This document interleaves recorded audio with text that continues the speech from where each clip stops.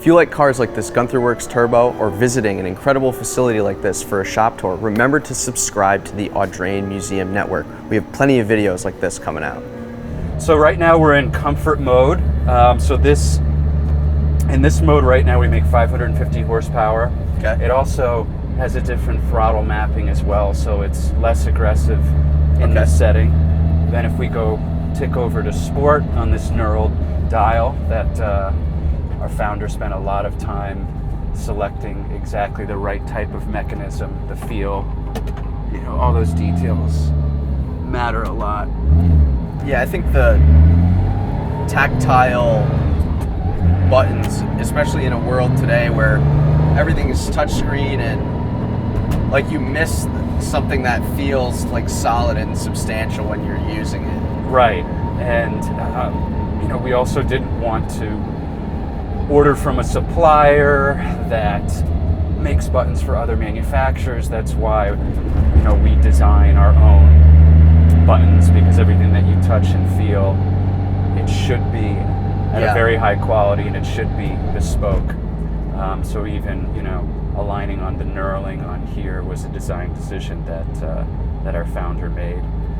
And this can be plated in different colors. This shifter is actually, this is plated in bronze. And this has our exposed shifter mechanism showcase. I bet that could get hot in the no, it actually hasn't been. No, not at all. Actually, just maybe if you were in a convertible, but I didn't have any issues on the rallies that I've done in this. So this has an electronic JRZ suspension. It has 3 suspension modes: comfort, sport, and track. We're currently at comfort right now. But it does analyze what the car is doing about 1,000 times every second. So if you're in comfort mode and you're barreled into a corner and the car is loaded up, the computer can actually make a decision in that moment to adjust it to a firmer setting as well. So there's always that level of kind of oversight where the car will step in and adjust the suspension if it feels in that nanosecond that you need it. But you can also customize the suspension as well. There's an application that you download on your smartphone that connects to the JRZ system, and so you can adjust the settings outside of the 3 baseline settings that we created with JRZ, which can be selected by a CNC machined rotary knob here on the mid dash. Wow. Or which is just left of the key right here, or you can select it within the application on your phone as well. I like, obviously there's a big combination of utilizing old and new technology in this platform. Right. And I like that you're still, maintaining the analog style gauges, and also, you've maintained the aircon, at least the buttons and the look of it. From the 993, and you've put the Porsche Classic radio in here, so it's got a lot of nice touches, like old and new, but it all integrates very nicely. It's kind of a timeless interior design.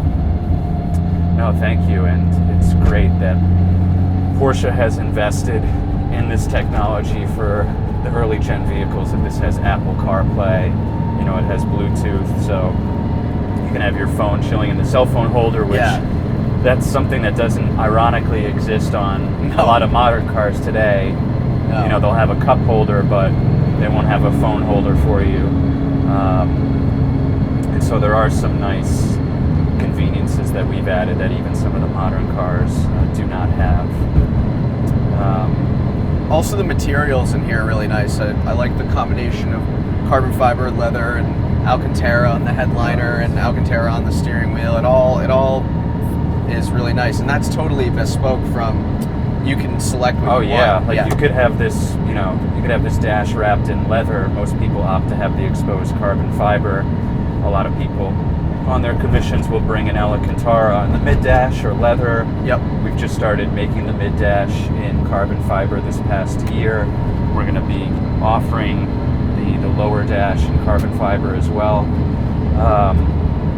And we have an exclusive partnership with Alcantara, so we have a really cool signature series of Alcantara that has the X. So this is a brand logo for us. Okay. But the X is has a diffusion across the Alcantara pattern where the X's get kind of smaller and smaller, and there's a material backing on the X's. So you could have an Alcantara that's blue, and maybe the backing is silver, so you see silver X's coming through. Wow. Very cool. And maybe you're tying, very, very you know, the silver X's are being tied to the paint color as well. So, you know, there's no shortage of what you can't do, even if you want to have custom dyed leather to match the paint. You know, that's something that we will do as well. But the clutch is very easy on this car. It's definitely a car that you could daily drive, and I think it rides better than a modern GT3. Do the pedals, do they come from the bottom of the floor? The accelerator does. The clutch and the brake do not Come from the top, okay.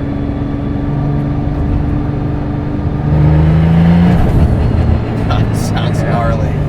Yeah. So, you know, one of the sounds that we're constantly hearing is that beautiful whine from the flat fan, which is something that, you know, Porsche had on the 917 and 935. They never had it in a road car because it was very expensive and very hard to execute. But I think it's something that gives this engine a lot of character. Yeah.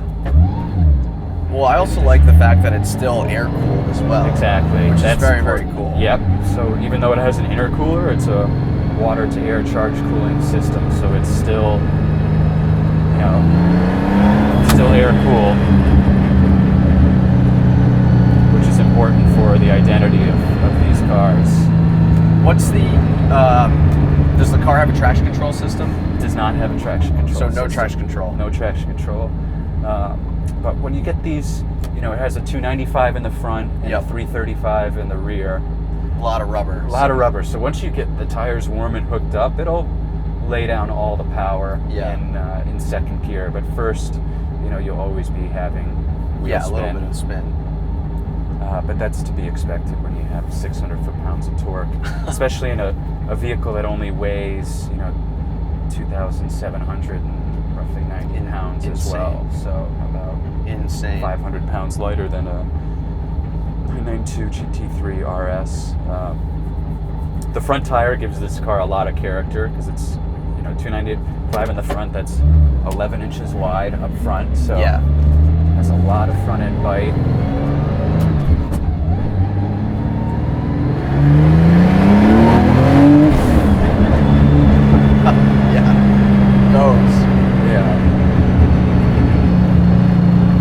And it sounds, there's a lot of mechanical sound coming through the cabin as well, which is nice. It's definitely, it has the personality of a race car, that's for sure. Oh, absolutely. This is definitely a race car made for the street. Does that personality change in something like the Speedster or the Coupe, or is it kind of race car is your overall theme? That's inherent in the DNA of our products, even on the Speedster. And while the Speedster has 435 horsepower, it's extremely light, and being an NA motor, it's very, very sharp in its throttle response.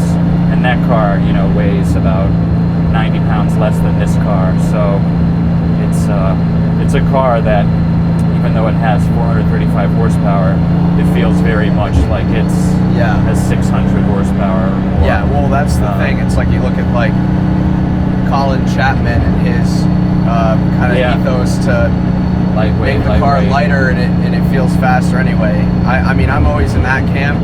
You know, I'd much rather drive a car that's, you know, in this case, 2,700 pounds. Right. Than something that weighs, you look at, and this is not to knock on BMW, but it's like you look at like the new M5 wagon and it weighs like 5,600 pounds.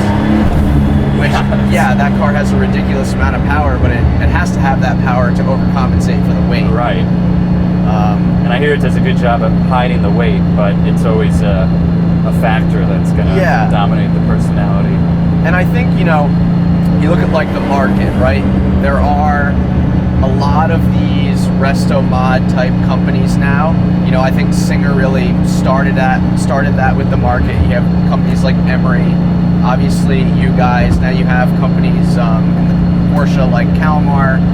You have Chimera, who's doing the Lancia 037 recreation. I think there's starting to be like a shift, right? People are getting sick of all the technology, and it's almost like we're going back in time. Right. Because they want that analog driving experience. Yeah, that's like ridiculous. And that's in the middle power setting. That's in the middle power, yeah. No, you're right. There's a big now movement where people are drawn to the older products that, in one sense, they're definitely more visceral, they're more engaging, and I think that market's just going to continue to grow over time as vehicles feel more and more removed from the engagement because of all the technology that they have. Absolutely.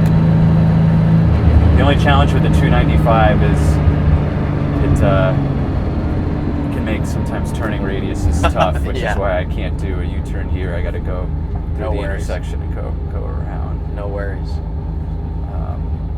Yeah, it feels really alive to me. Like, especially now we're sitting at the red light, and I can feel the kind of the vibrations of the engine through the seat. Obviously, these are the Vorsteiner seats? No, these are Gunther Werks seats. So we custom design and develop them for this car. This is our third generation seat. Our first one, we've always had fixed carbon bucket seats. We're designing a seat now that it'll be a carbon bucket, but it'll be split so you can adjust. Adjust the back part of the seat. They're very comfortable. I mean, for a bucket, obviously, you have your padding here, but it's not uncomfortable at all. Yeah, and we can add more padding too. So we can add about a half an inch more padding in any location, and a lot of our clients will come for a seat fitting because of especially the seat height and what height of rails that we're using, so the client can get kind of the perfect ride height that they want, and then we can add any padding in any one area. These are from the 993. Yes. That's funny that's cool that you kept the sun visors. Yeah. And this is a new roof, the double bubble design, and it gives even with our tallest drivers, there's a lot of headroom in this car. Yeah, no matter how there tall actually you are. is. I mean, I'm a short guy, but I mean, I have a solid that's going to be 6 or 7 inches from the top of my head to the roof. Also, in terms of design, if I was walking to the beach today and I saw this on the road, I'd probably flip out. It looks wild, and I know we talked about the paint, but what's the process like? What's the name of the color of this car? Because it's pretty wild in the sunlight. Yeah, we called this Tornado because, as you noted, when you see this pearl effect in the sunlight, the paint takes on. It looks like it's sweating under the direct sunlight. So the paint changes a lot between direct sunlight and in an overcast situation. But the founder had a very clear vision for what he wanted. A lot of our clients will sometimes begin their paint development process from an inspiration.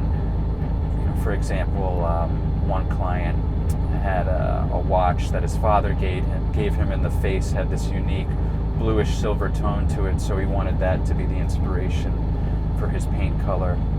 And the paint development is something that a lot of our clients like to get involved with, the process of creating a one-of-one bespoke paint that we'll never make for another client as well. So it becomes the identity of not only the client but of their car, and they can carry that over to future models and only they can use. Yeah.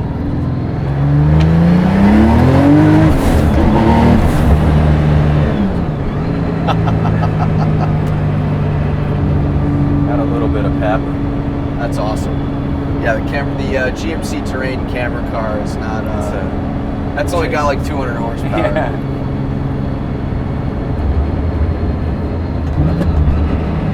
Sounds gnarly.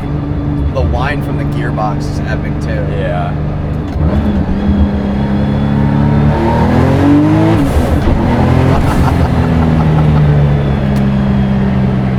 That's awesome.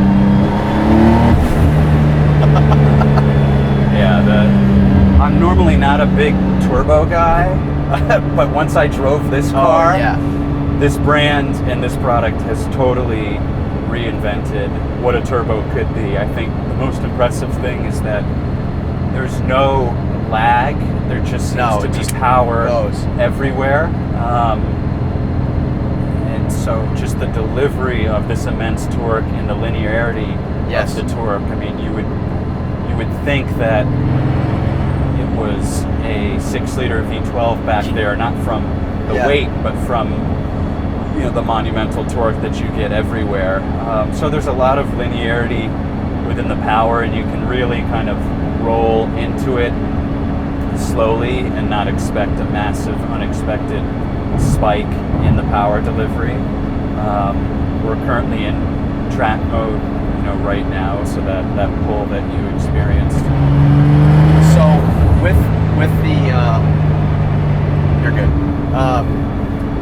With the track mode, and so does the power match the suspension setting as well? Is that all linked together? No, it's separated as well. So because you said on the dial over there you can change. So we're in comfort but in track mode. I think that's cool. There's a lot of benefits that you can separate them. That's very cool for how you want. And so in track mode, the peak torque comes in a bit higher as well. So it comes in at 3,900 RPMs compared to sport mode, where peak torque plateaus at 3,500 RPMs. And we did that because on a track day, you're not going to want the torque to be quite as peaky and low down. You want to be able to ease and roll into it to maximize traction. So that's one of the reasons why we did that.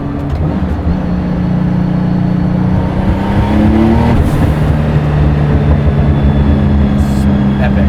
Titanium exhaust on it. Yeah. Now, do you have to have catalytic converters with this car? We do have cats. You do have cats? Yep. You don't have to, but we do have cats. And for such a rigid chassis, we did talk about the suspension, but it is pretty impressive, especially, you went over that dip back there. I'm not getting jostled around. There are some cars, especially when you have bucket seats connected to the chassis, where you're like, oh my God, my kidneys are going to kill themselves kind of thing. Absolutely. No, I think you hit on a great point, that there's a lot of duality with this car. It's very Dr. Jekyll and Mr. Hyde. Yeah. It's all the chassis bracing that we added in the car was making it 200% more stiff than the original 993. But the stiffer that you make the chassis, the less work the suspension has to do to compensate for the chassis flex. Yep. And we've done a great job of setting up this car, so I think it while it's very much a track car designed for the street, the ride quality of the car makes it very usable for the street. But you still know it's a performance car, but it's not, knocking out your teeth fillings. It's very, very well balanced.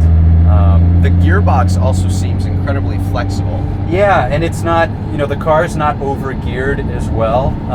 So when I was in Connecticut on back roads there, it was well geared in terms of I'm able to go, up and down third and second on very tight, narrow roads, which is fun. I think a lot of the modern cars today, very, very too tall. long geared, because they're just aiming for high top speeds and benchmarks, where this is a track weapon, and so it's realistic on the gearing, and then the benefit is that you have a lot of enjoyment to move up and down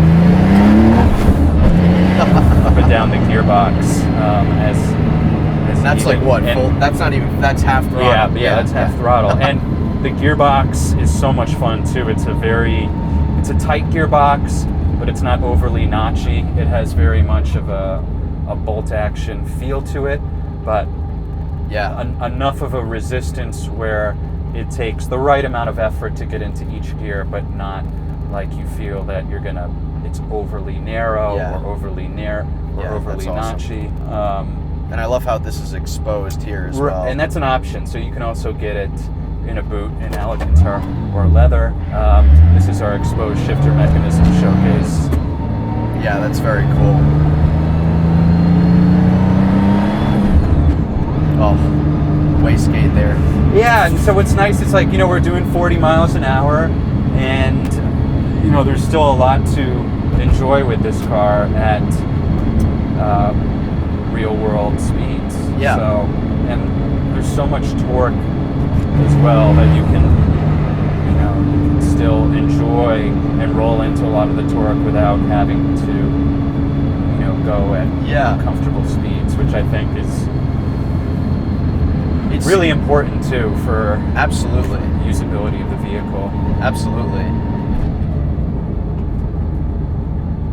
It's also, what I think the whole 911 kind of idea does it really well. Being that the engine is over the rear axles, it has that weight to put the power down. If we were in let's say an 840 horsepower Camaro or Mustang, we would be spinning tires doing the same kind of loop that we just did, but this actually puts the power down and you can use the horsepower, which is nice. And impressive when, considering it doesn't have any traction control. Oh, that's ridiculous.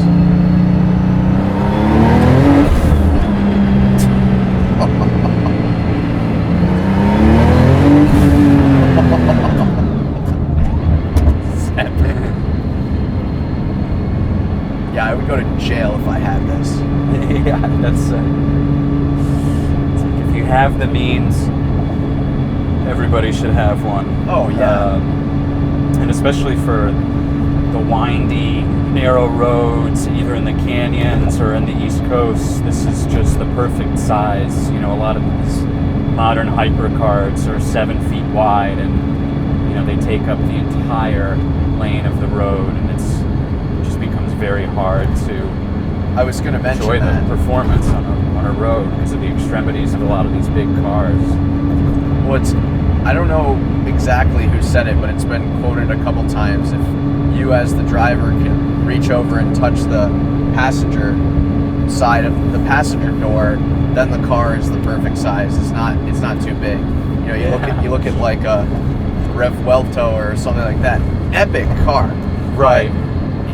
It's so big and the visibility is just like awful. And right. Something like this, comparable in terms of power, but visibility is actually excellent. Especially you still have this integrated roll cage here, but you can still see out the back no problem, and I can see everything. It's very, very good. Yeah.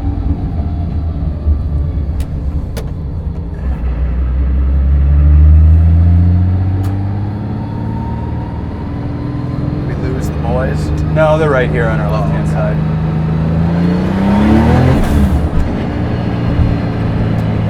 What is that? You're shifting at what? Oh, I was shifting at 5,000 and. What is this red line at? 7,200. Oh my God! Yeah, an incredible car. Yeah, she does everything really well. You guys still have hydraulic steering in these? Yeah, it's a great system. I mean, this has the right amount of weight, and most importantly, it has the right amount of feedback. Oh yeah, that's coming through the wheel. Yep. That's something that's always lost on modern cars, I think, because of all the electronic or hydraulic systems that have different, steering gear ratios in it. All those things just get in the way of feedback that's coming through the wheel. And so that's what is so confidence inspiring about this car, is that you know exactly where it is and where it's going to go. She does a fantastic job of over communicating what's going on. that was one of the comments from, we're pretty friendly with Matt Farah, and I mean, I think he even quoted it in his video when he drove the test mule about how incredible the steering was, and how he's like, and Johnny Lieberman said the same thing about how they wish all cars had steering like this. Yeah. And for me, that's my biggest comment too, is if a car doesn't have the right steering, then I just like, the car's ruined for me. Exactly. Oh, me too. Steering is my favorite aspect of a car. Me too. Could not say it any better. I think that's the most important thing, and what this car does so well. Well, thanks for the ride. Absolutely. Appreciate it. We hope you enjoyed this video. I mean, I think we were pretty blown away by the product that they have here and the incredible facility, and thank you so much to Ross and everyone involved here. And if you like videos like this, remember to like, subscribe, comment, and share, and we'll catch you in the next one.